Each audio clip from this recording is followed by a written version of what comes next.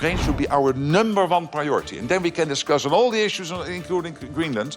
But it should be Ukraine first, because it is crucial for our European and US security. Russia is on a war economy footing. They spend 40% of the state budget on defense. 200 billion a year, with a spending power with the 200 billion because of the structure of their economy, which is much higher than we can do in Europe. So we really have to be watchful here. Yes, we can defend ourselves today, but we have to deliver on the Hague commitments. Not because of Donald Trump. Yes, it equalizes with the US, that keeps them in. But particularly because we have to defend ourselves. Alex, I love you, but you are not producing enough. Your defense industrial base has to ramp up, and you know it, so please spend time on that. And this is true for the whole of NATO territory. Hello, and a very warm welcome to this special edition of Deutsche Welle's Conflict Zone from the World Economic Forum in Davos, Switzerland. I'm Sarah Kelly. We're here with the NATO Secretary General, Mark Rutte, the President of Poland, Karol Nawrocki, Good morning. the President of Finland, Alexander Stubb, the President of the European Investment Bank, Nadia Calvino, and the CEO of Sanofi, Paul Hudson. Welcome to all of you, and thank you so much for joining us. Now, this question, can Europe defend itself, has really been thrust into the forefront as Donald Trump threatens allies over Greenland. As we wait for Trump to deliver a statement in just a few hours, there has been so much discussion in the past few days, not only about the potential for a trade war with Europe, but also even the collapse of the NATO alliance itself. And with that, Mr. Secretary General, I'd like to begin with you, because with the U.S. still a guarantor of European security, are European NATO allies hostage to Trump's demands? Well, listen, NATO, since 1949, is the Transatlantic Alliance. And I think we have to be very careful in considering the fact that the US and Canada are not only in NATO to prevent the historic mistake the US made, in their own view, after the First World War, which was retreating from the world stage, and then the long arm of history reaching out to the US again in the Second World War, not wanting to repeat that mistake. They are in NATO because NATO is crucial not only for the defense of Europe, but also for the defense of the United States. For the United States to stay safe, you need a safe Arctic, a safe Atlantic, and a safe Europe. And all the military and all the politicians in the US know this. And we really have to be mindful of this. So when the question is Europe safe? Yes, Europe is safe because of what Europe is doing itself within NATO, but also because we have that strong transatlantic relationship. But we know the history, we know the stakes. Let's talk about the current dynamics. And I'd like to ask you, for perhaps a bit of reflection here, did you ever think that you would ever see one NATO member threaten the territorial integrity of another? I mean, you have now the Prime Minister of Greenland telling his public an attack cannot be ruled out. Listen, my role as NATO Secretary General, when there is tension within the alliance, it has been there in the past between Greece and Turkey, there have been other moments when there was tension, then my predecessors always took the view that they should not comment on that in public. That's impossible. Why is that impossible? Because as soon as I do, I cannot any longer help to somehow, with others, of course, not me, only myself, but of course with other leaders, to basically diffuse the tension, to de-escalate, etc. That's why you will not hear me comment. You can be assured that I'm working on this issue behind the scenes, but I cannot do that in public. Sorry, no comments from me on Greenland. Well, sometimes behind-the-scenes comments do become public in various ways, as we've seen in the past few days. That's true. You've talked about security in the Arctic. No matter how you come out of this Greenland row, I mean, it really seems as if the dynamics have fundamentally changed within NATO. You have Macron saying yesterday, we are shifting to a world without rules. Hasn't all of this fundamentally damaged the foundations of NATO, the shared trust, the shared values? Of course, I see that there are these tensions at the moment. There's no doubt. Again, I'm not going to comment on that, but I can assure you the only way to deal with that is, in the end, thoughtful diplomacy. So statements from me will not add anything here. And when it comes to the Arctic, I think President Trump is right. Other leaders in NATO are right. We need to defend the Arctic. We know that these sea lanes are opening up. We know that China and Russia are increasingly active in the Arctic. There are 8 countries bordering on the Arctic. 7 are a member of NATO. That's Finland and Sweden and Norway and Denmark, Iceland, Canada and the US. And there's only one country bordering on the Arctic outside NATO, and that's Russia. And I would argue there is a ninth country, which is China, which is increasingly active in the Arctic region. So President Trump and other leaders are right. We have to do more there. We have to protect the Arctic against Russian and Chinese influence. And that's exactly what NATO ambassadors decided to do in September. We are working on that, making sure that collectively will we defend the Arctic region. Secretary General. Absolutely. Secretary General, I'd like to ask for your remarks also on that point.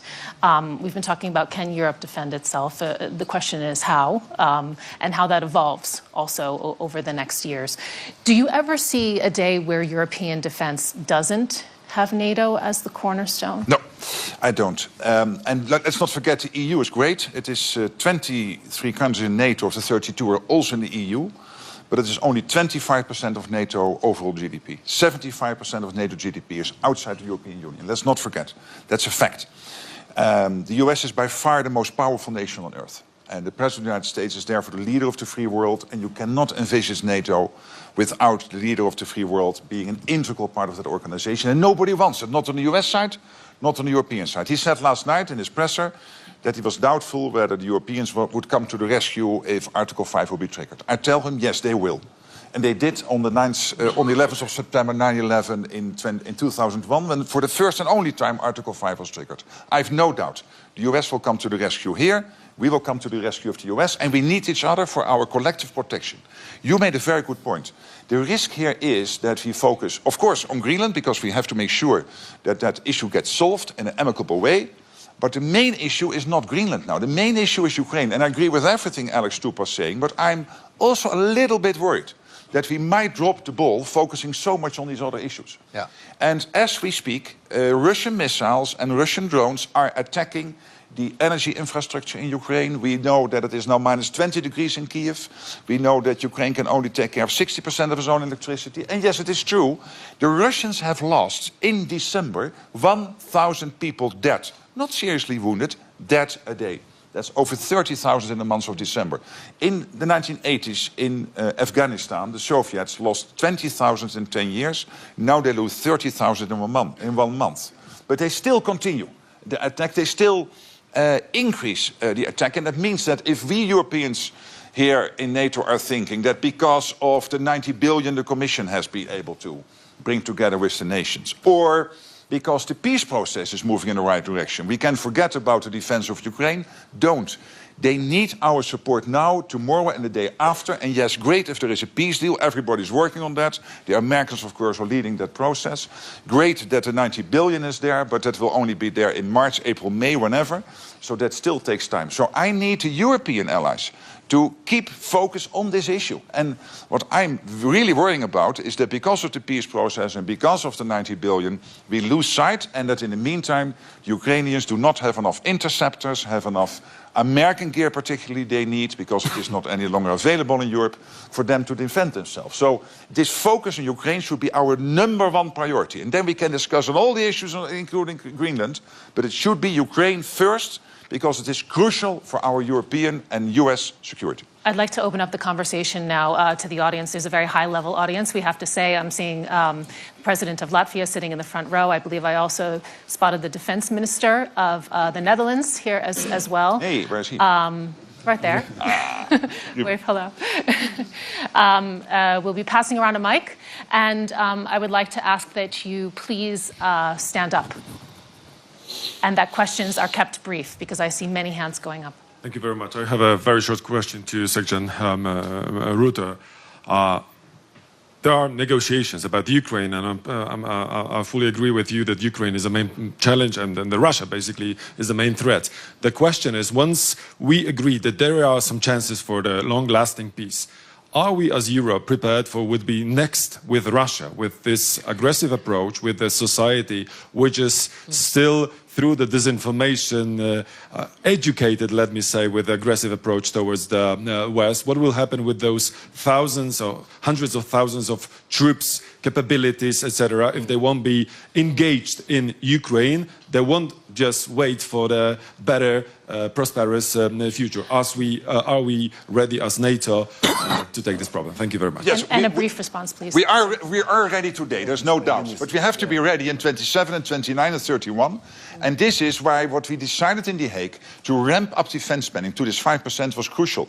But we also have to ramp up the defense industrial production. And we're not doing it. Not in the US, not in Europe. We are not nearly producing enough. The fact that Poland, which is the closest ally to the US you can find, is buying in South Korea is because they cannot buy enough in the US or in the European and defense buying in industrial Finland. And Finland, yeah, but also Finland.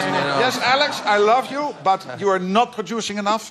Your defense industrial base has to ramp up, and you know it, so please spend time on that.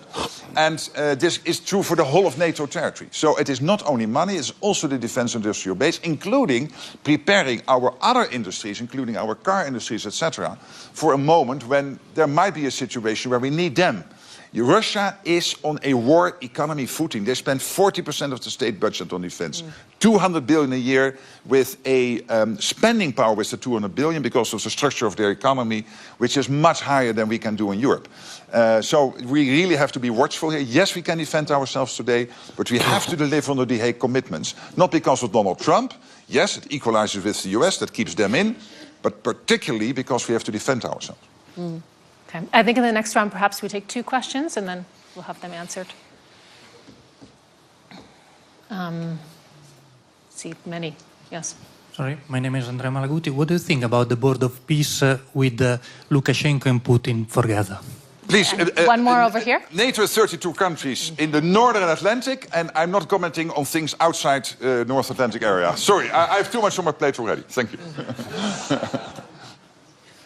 Margaret, could you please comment on Macron's speech yesterday here in Davos that was very honest? What is your reaction to it?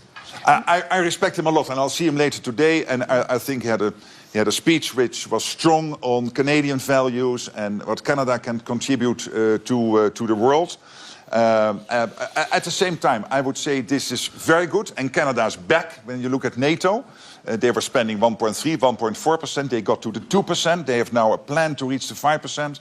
They are massively helping out with Ukraine now. So I could say since he became Prime Minister, NATO is really back in NATO, back in defending the Transatlantic Alliance. And I think that's great news. I think one question here can I and one ask question that? there. Sorry, can I ask? Sure. I think it was an excellent speech. It was a deep analysis of the change in the world order and the new balance that we're looking at. It was very realistic. It talked about values-based realism as a driver for Canadian foreign policy. All in all, I think one of the best speeches that we've heard here in Davos this week so far. Okay, we'll go first here. Yeah, thank you very much. Would you think that if the transfer of the sovereignty of Greenland can be achieved, would you think this might lead to the demise of the idea of so-called Western collective? And secondly, that if these things be transferred, would you think that the NATO 3.0, just like the President Stubb said, might be veering into something more look like the Warsaw Pact rather than original NATO? Of course, we have a Polish president. You can also correct me. Thank you very much. One question there. I'm Tamer from Saudi Arabia with a Greek mother and an Italian wife. It's very clear You must be a happy man. Europe can defend itself. That's very clear today. But my question is, do we feel safer? I'm planning to half retire in Europe. Do I feel safer today with all this stock up of military?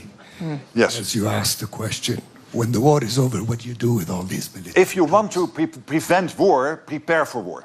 The only way we can prevent the Russians or anyone who wants to do us harm, is to make sure that they know that the reaction we will have is devastating. Today, yes, it is.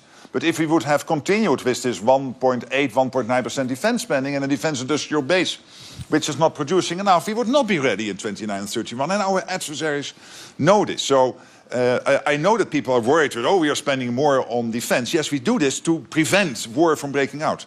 You have to be strong. We have to be strong against those who wish us ill.